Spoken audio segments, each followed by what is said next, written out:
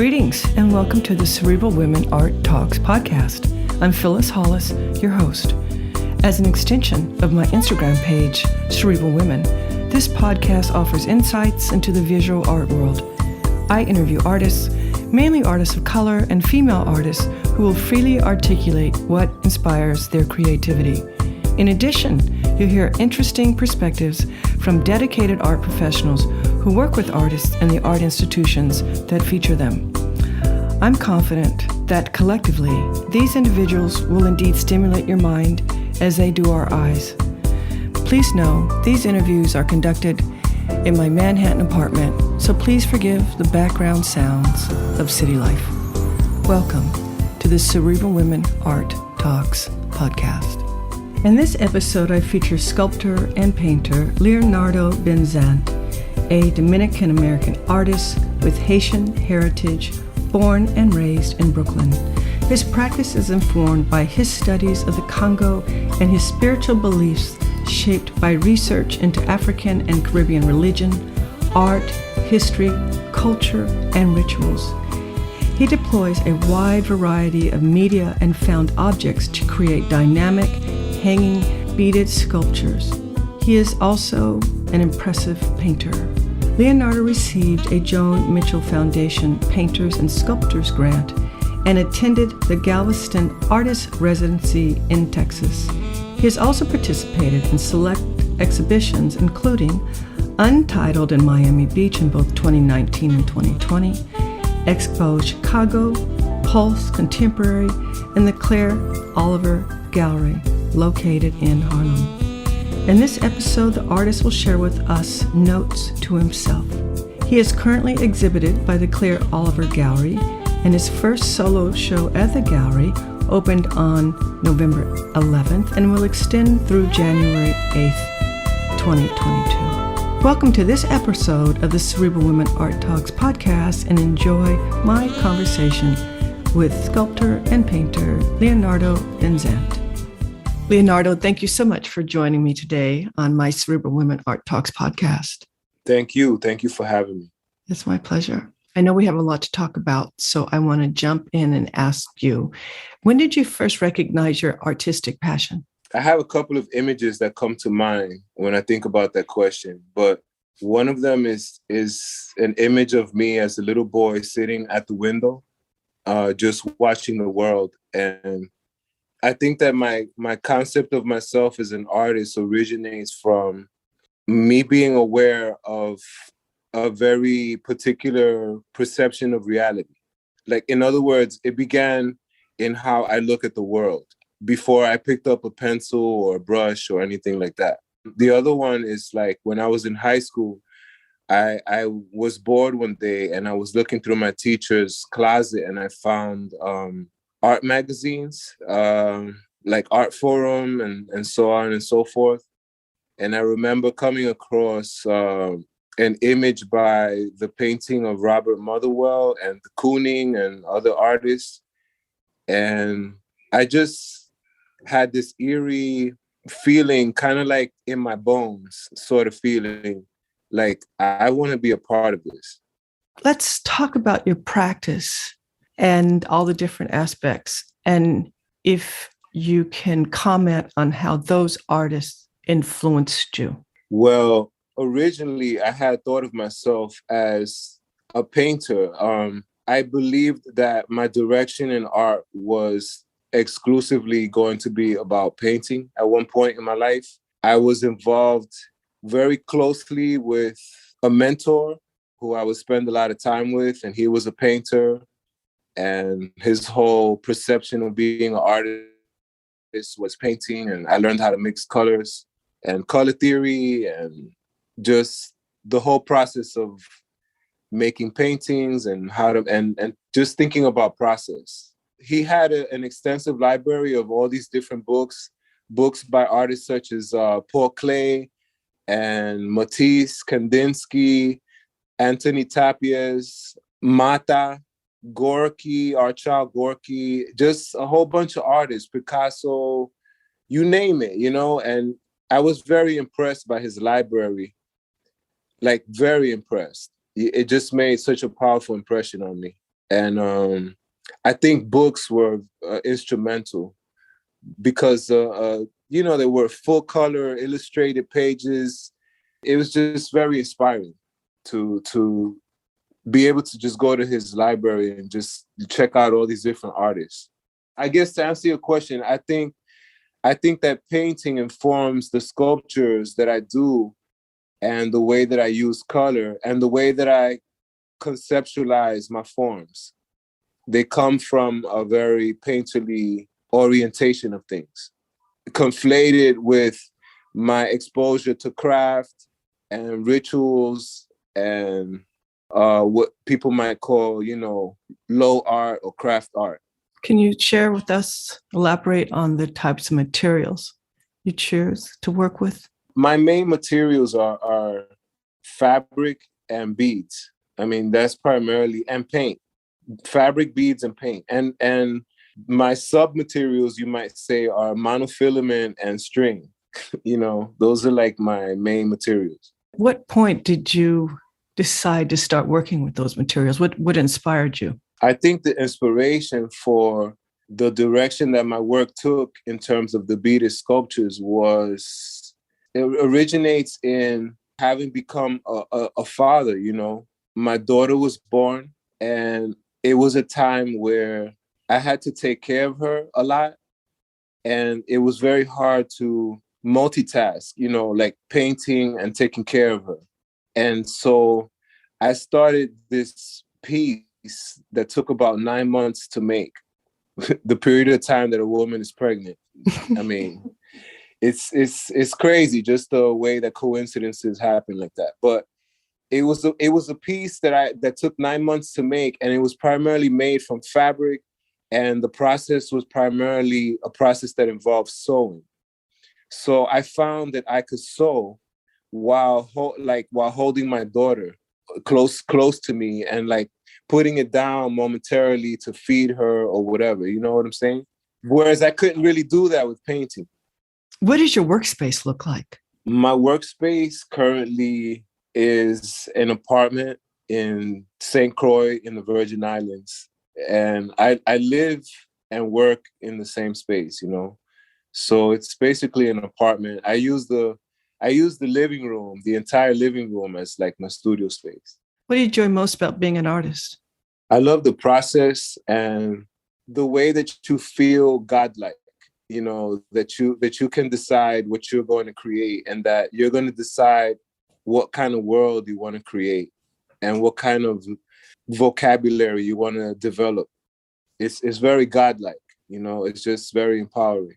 How has your practice changed over the years, from the early days of sewing to now? I guess at the time that I had started sewing, I was primarily taking fabric and just putting together forms by sewing fabric. But then the fabric was sublimated in a sense, and it became the understructure for my work.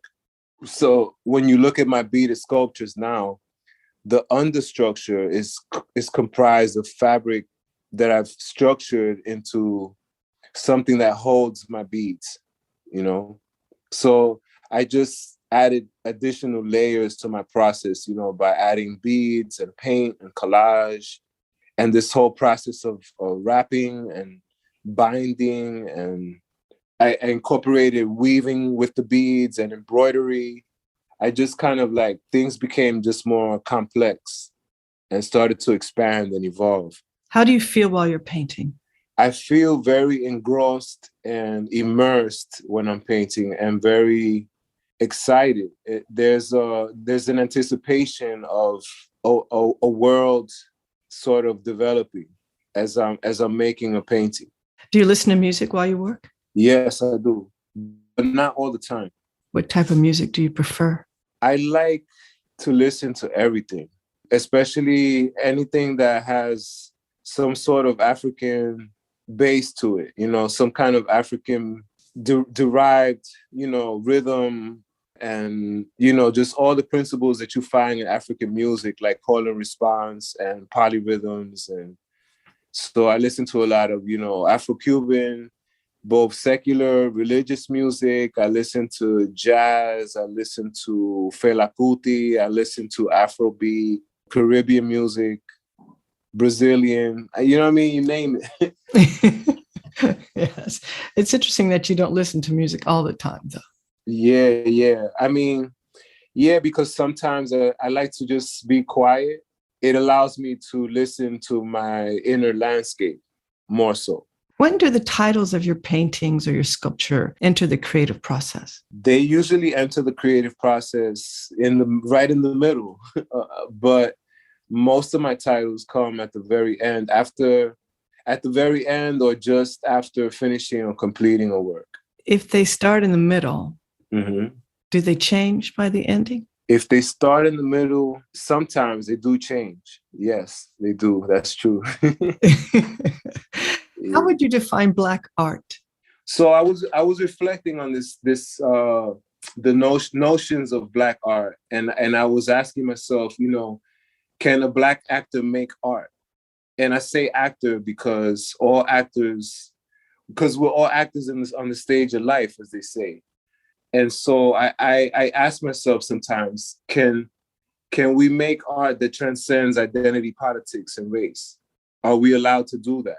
While at the same time being aware of the inevitability of being perceived solely or primarily in terms of race, and still dare to be completely a human being your authentic self, as I felt myself to be when I was the innocent little boy looking outside the window before discovering or before being designated as Black. So, I mean, those are the kind of reflections that I have about Black art. And I think about how there are as many definitions of art as there are individuals.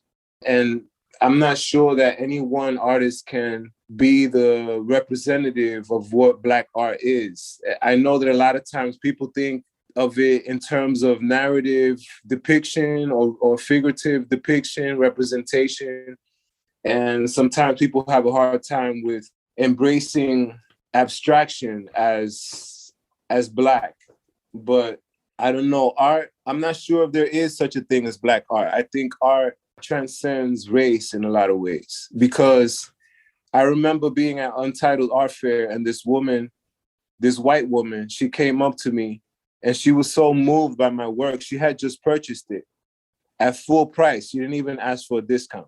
And she just came up to me. She started crying. She was hugging me because she was so moved by my work. And it was an extraordinary experience. It's not the kind of thing that I experience all the time with the way that people receive my work. And it just let me know, like, art it transcends race. But at the same time, I understand the inevitability of being perceived as this Black artist because of my body. But I'm not walking around in my studio the whole day thinking, I'm Black. I'm just making, you know what I mean? And I happen to be in a Black body. Do you feel that your audience does understand your work? I honestly don't care if people understand my work, because I don't think it's necessary to really fully, completely understand anyone's artwork.